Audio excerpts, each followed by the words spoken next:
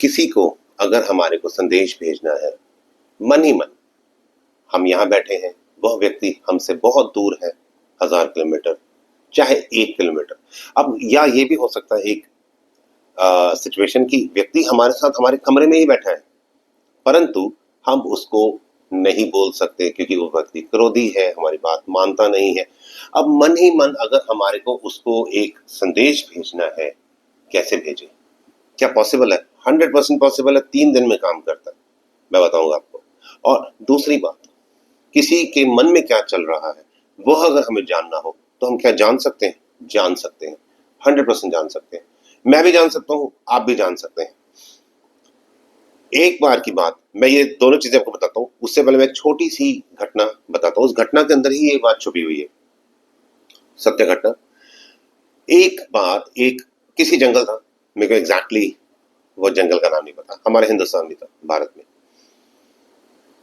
तो प्रोबेबली गुजरात राजस्थान के आसपास होना चाहिए, ऐसा मेरा अनुमान है, या बहुत ज्यादा मध्य प्रदेश। वैसे मध्य प्रदेश की उम्मीद कम है, हम राजस्थान और इधर मान लेते हैं। पुरानी बात है, आज से 400-500 साल पुरानी बात है, एकदम सत्य घटना है। एक स्वामी जी अपने शिष्यों के साथ सुबह सुबह जैसे सैर करने निकलते ना, तो जंगल की ओर चले सैर करने, वहां खुली हवा होगी, वहां पे हम प्राणायाम करेंगे, मेडिटेशन करेंगे। तो वह चल दिए, जा रहे थे गहरे जंगल में। जब वो पहुंचे, थोड़ा आधा 1 किलोमीटर थोड़ा अंदर गहरा जंगल हुआ, तो किसी शिष्य ने बताया, गुरुजी वो देखो, चादर में एक बच्चा वहां लिपटा पड़ा, एक नवजात शिशु, एक नवजात शिशु वहां जंगल में कोई उसको छोड़ के चला गया। अब वो क्यों छोड़ के चला गया वो जाने, वॉट एवर द रीजंस वर, न चाहते थे, जो भी होगा, हम उसको एज्यूम नहीं करते। तो स्वामी जी ने अपने शिष्यों को कहा, गुरुजी ने, कि चारों ओर देखो, कोई इसकी माता पिता हो, क्या पता कोई कठिनाई में फंसा हो। वो पर कोई नहीं मिला, तो वो सब इवेंचुअली समझ गई कि नहीं, ये तो छोड़ के ही चले गए।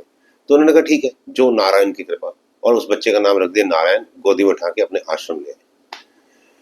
अब धीरे धीरे वह बच्चा बड़ा होना शुरू हुआ। जब वह बच्चा 10 साल का हुआ, उस बच्चे का नाम नारायण ही रख दिया था बचपन से। अब जब वह बच्चा 10 साल का हुआ या 12 साल का हुआ, वह अपने गुरु की निजी सेवा में रहता था, और जो भी गुरु जी के पैर दबाना है, उनके कपड़े धोने हैं, उनके लिए पानी का ग्लास लेके आना है, छोटी छोटी जितनी भी सेवाएं होती है वो सारे वो बच्चा करता था।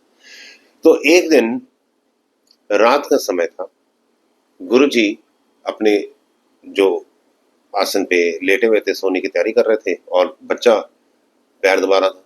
गुरु जी सत्संग सुना रहे थे, साथ में 2 शिष्य और बैठे थे, वह सत्य साहित्य पढ़ रहे थे कि वजह से योग वशिष्ठ हम पढ़ते पढ़ते गुरु जी हमारे को उसका सत्संग सुनाते रहेंगे, सरलार्थ करते रहेंगे योग वशिष्ठ का, अथवा पंचदशी का, या गीता का ही मान लो, या किसी भी ग्रंथ का। ये मेरे मन में 3 नाम आए थे। तो वह 2 शिष्य पढ़ते थे, गुरु जी उनका सरलार्थ करते थे, उसमें सत्संग करते थे। 3-4 लोग बैठे थे। ये बच्चा जो था वो गुरु जी के पैर दबा रहा है अपने हाथों से। अचानक वो देखते हैं तीनों कि गुरुजी की जो ध्यान में चले गए, वो लेटे लेटे गुरुजी ध्यान में चले गए, और उनकी शांभवी मुद्रा लग गई लेटे लेटे ही। तीनों चुप हो गए। बच्चा अपना पैर धुआया जा रहा है, और बच्चा भी, उसको ध्यान लगाना आ गया था, बच्चा भी ध्यानस्थ हो गया, और थोड़ी देर बाद बच्चा ध्यान से बाहर आ गया, और गुरुजी ने भी आंखें खोल ली। तो बच्चा कहता, जो छोटा बच्चा था नारायण, उसने गुरुजी से कहा कि गुरुजी अब आप निश्चिंत हो जाओ, मैंने सब ठीक कर दिया। वो गुरुजी कहते, तूने क्या ठीक कर दिया? तेरे को बता क्या करना था, क्या ठीक हो गया, क्या किया तूने, पता चल। वो कहता कि आपको आपका एक शिष्य याद कर रहा था, वह शिष्य समुद्र का व्यापारी है, वो समुद्र में अपने जहाज को कहीं से कहीं ले जा रहा होगा, और वहां पर खूब बवंडर आया, उसका शिप जो है वो फंस गया। अब वो आपसे प्रार्थना कर रहा था कि गुरुजी मुझे बचा लो, मेरे शिप को बचा लो, मेरा सामान बचा लो, करोड़ों का नुकसान हो जाएगा। तो मैंने अपने संकल्प बल से पहले आपके मन की बात जानी, फिर उसके बाद उसके वहां पर बवंडर को रोका, और शिप को नॉर्मली अब वो तैर रहा है। ऐसी एक घटना ना गुरु गोविंद सिंह के भी जीवन की आती है, कभी वो मैं आगे बताऊंगा। अब ये जो उस गुरु गोविंद सिंह के नहीं, मैंने गलत बोला है, ये गुरु तेग बहादुर के जीवन की आती है, सॉरी नॉट गुरु गोविंद सिंह, गुरु तेग बहादुर जो गुरु गोविंद सिंह जी के पिताजी थे, 9th गुरु, उनके जीवन की आती है। तो वो बहुत लंबा हो जाएगा अगर मैं वही बताऊंगा। अब ये जो गुरुजी ने कहा, यार कमाल कर दी नारायण, तू तो वाकई तेरा चित्त एकाग्र होना शुरू हो गया, मैंने तो तेरी ओर कभी इस दृष्टि से देखा ही नहीं था।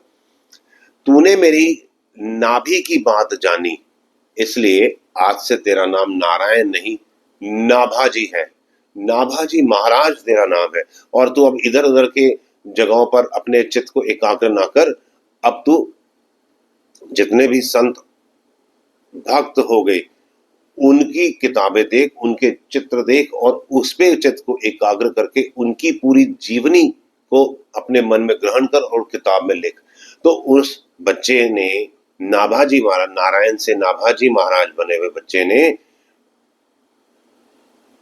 भक्त चरित्रवली नाम का एक ग्रंथ लिखा जो बहुत प्रसिद्ध है, आप जरूर पढ़ना। आपको बहुत, जैसे भक्त माल है ऐसे भक्त चरित्रवली नाभाजी महाराज ने लिखा था। नाभाजी महाराज जो थे वह उनके शिष्य थे परहरी महाराज, और परहरी महाराज के शिष्य थे जो मीरा का ब्रदर था, जय से नाम था, चलो जयचंद था, नहीं जयचंद नहीं, जयचंद तो गंदा आदमी था ना, कोई और नाम था, जय सिंह था, ऐसा कुछ नाम था, मैं भूल गया। एनीहाउ, तो चित्त को हम जब एकाग्र करना शुरू करते हैं, हम जब चित्त को एकाग्र करना शुरू करते हैं और फिर जब हमारा चित्त जब हमारे फोकस लेवल बहुत अच्छा होना शुरू हो जाता है, और फिर हम जब किसी भी व्यक्ति वस्तु पर अगर हम कंसंट्रेट करना शुरू करेंगे तो हमारे को उसके बारे में सब कुछ मालूम चलना शुरू हो जाएगा, और हम चाहे तो उसके मन में भी अपने मैसेजेस भेज सकते हैं, जिसको हम टेलीपैथी कहते हैं। और एक चीज और मैं बताऊंगा आपको, जो मैंने कहा था मैं लास्ट में बताऊंगा, कि अगर कोई व्यक्ति हमारे साथ ही रहता है, वो शराब पीता है या वो किसी और गलत हरकत में पड़ा हुआ है, पढ़ता नहीं है बच्चा, तो कुछ भी एक्सरसाइज, जो भी problems, there are plenty of, हजारों करोड़ों प्रॉब्लम्स होती है।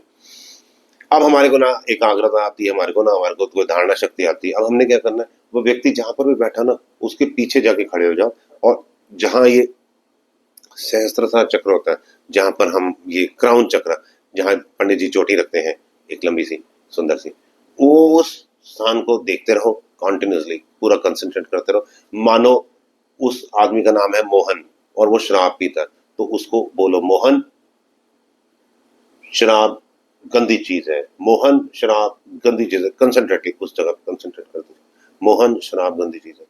या मुन्नो, पढ़ना बहुत अच्छा है, मुन्नो सुबह जल्दी उठा करो, वो एक ही छोटा सा सेंटेंस, उसको जब भी पीछे से निकलो वहां पे चित्त एकाग्र किया थोड़ा सा भी, वहां कॉन्टिन्यूली देखा और ये बोलना शुरू कर दिया, आप देखेंगे 2 से 3 दिन में ही रिजल्ट्स आने शुरू हो जाते हैं।